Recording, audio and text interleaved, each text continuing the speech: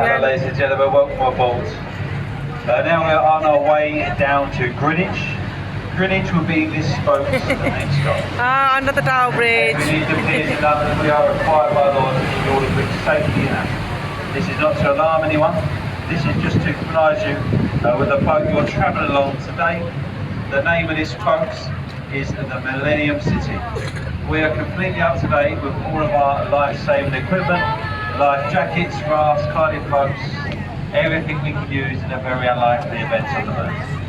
In a very unlikely event of an emergency, just remain in your seats, remain calm. Bye bye Tower Bridge. Wait for instructions to be given to you over this PA system or by a uniformed member of crew. When you cruise today, the company does provide an audio guide. This is what comes with the price of your tickets. I do understand that the time you download this and get it working, it's actually quite a long way, so you probably get quite a lot in, but it still doesn't make it any good, to be honest. I was doing a live commentary from Westminster down. I will stay on the mic and point out a few other things. There might be one or two people listening. But there's not as much to talk about down here. I try my best to keep it interesting, but there may be points on the cruise where I leave you to your own thoughts, as scary as it is. Like Butler's Wharf, just behind it, used to be one of the largest tea warehouses in England. Ships used to race around the world, collect their tea clippings and rush back to Butler's Wharf. The English are notorious for liking a cup of tea, and tea was worth more than its weight in gold at one point. The fastest ship got the best price. That's what made the Cutty Sark so famous.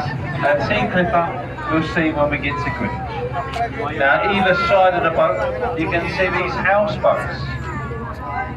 You might be wondering why the houseboats on your right-hand side all have trees growing on board. You're probably not, I'll tell you anyway. There's an old law that surpasses the PLA that claims if you have a houseboat on these chains and you grow a tree on board, this will entice you to free mooring rights. That's why you see all the houseboats on their right with the trees on board, entitle them to their rights. Unlike the houseboats on your left-hand side, very expensive mooring fees indeed. You would imagine so with such fantastic views of Tower Bridge behind us. On your left-hand side, we've got these 3 green buildings here. Now, architects in London like to design buildings to look like things for some reason. There's no point trying to guess what these were meant to look like, but these 3 green buildings here are designed to look like 3 French soldiers marching. The roof, I'll tell you what, if you tilt your head slightly to the left and squint, you still won't be able to see it. But the way it's described to me is the roof was meant to represent their beret, their tower at the top, their rifle and bayonets, and their square bit on the side, their backpack. A very wild imagination that man had. Now, back when London was the busiest port in the world, there was an unbroken chain of warehouses, wharfs, along the river here. The only time there was ever a break in that chain was for a pub or an entrance to a lock. They've all been now converted into completely unaffordable riverside apartments. The first one to be converted is Oliver's Wharf, here on your left-hand side. Very expensive nowadays. Now, the penthouse at Oliver's Wharf used to be owned by a very famous actress and singer named Cher. Now, we would point this out to all of our guests, and we had a letter of complaint from Cher saying that people were turning up at her doorstep at all hours of the night. It got so bad that Cher had to move. Cher now lives a little bit further downriver, and I'll point out when we get there as well. Okay, so now, the Tower of London, like I mentioned before, was famous for executions. But you was only ever executed in the Tower if you was a traitor to the crown. If it wasn't that important, you get rowed further down to Executioner's Wharf. The building there with the E on top. There you would receive the grace of whopping, a form of execution ashore here. They'll hang you from a very short noose, so it doesn't quite kill you. Now strap you to the river wall and let 3 tides wash over your body before pronouncing your lips. So not a very graceful way to go. But like I tell you, you'd only get executed in the tower if you was a traitor to the crown. Nowadays, if you're a traitor to the crown, you get a book deal and a Netflix series. So it's completely different how they do it these days. On your left-hand side, we have got Wapping Police here, the oldest uniformed police force in the world. Outdate the Bow Street colours. First put together to fight the piracy coming into London. 30% of anything shipped around the world come into London. Over a quarter of that was going missing. That's why the first ever uniformed police force was put together on your left. We've also got the Captain Kidd pub, named after the notorious Captain William Kidd. He was employed to fight the piracy. He saw how much money they was making. He turned to piracy himself.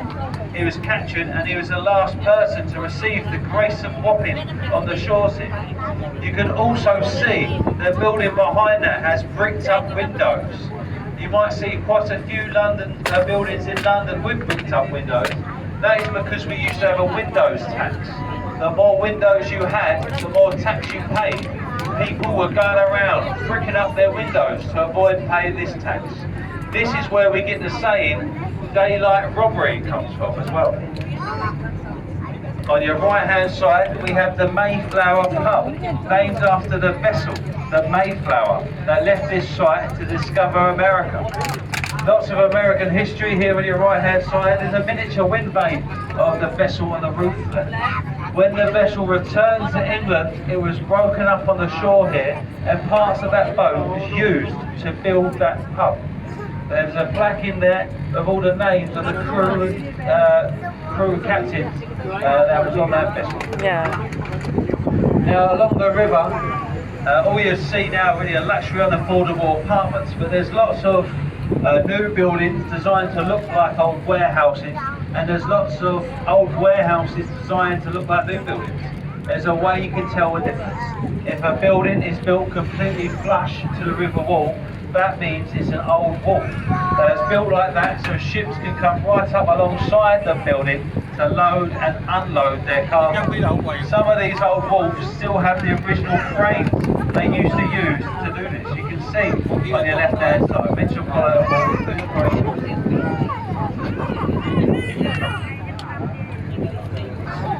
On your left hand side we have got the Prospect of Whitby pub. Now this pub here is the oldest pub on the tidal Thames. It's nearly 600 years old. Now it's a lovely pub nowadays, but the Prospect of Whitby used to have a different name. It used to be called the Pelican, and while it was called the Pelican, this is where all the criminals of London used to drink. All the murderers, thieves, pickpockets, ladies of the night used to drink in the Pelican, named the Devil's Tavern because of this. Nowadays, the Prospect of Whitby is a lovely pub, still full of criminals, just a different type. Politicians, car salesmen, real estate agents, people like that. Still give it a wide berth. Now on your left hand side, you have this red brick building, the one that looks like it's been put together by a 6-year-old with a Lego set. It's actually a very intelligent way they built this. Because having a view of the River Thames normally adds another zero onto the price. This building was designed so every single apartment has a river view. It stands on a site named Free Trade Wharf. This is the site where the Dutch used to come in and trade with us in the time of the plague. Another country in the world was brave enough, in fear of bringing the plague back to their hometown, apart from the Dutch. And this is as far as they was brave enough to travel up. We used to give them as much alcohol as they could drink to try and entice them to come back. They had a shot of whiskey as they entered London, a shot as they left. They used to believe this stopped them from catching the plague. It's also where we get the saying Dutch courage comes from.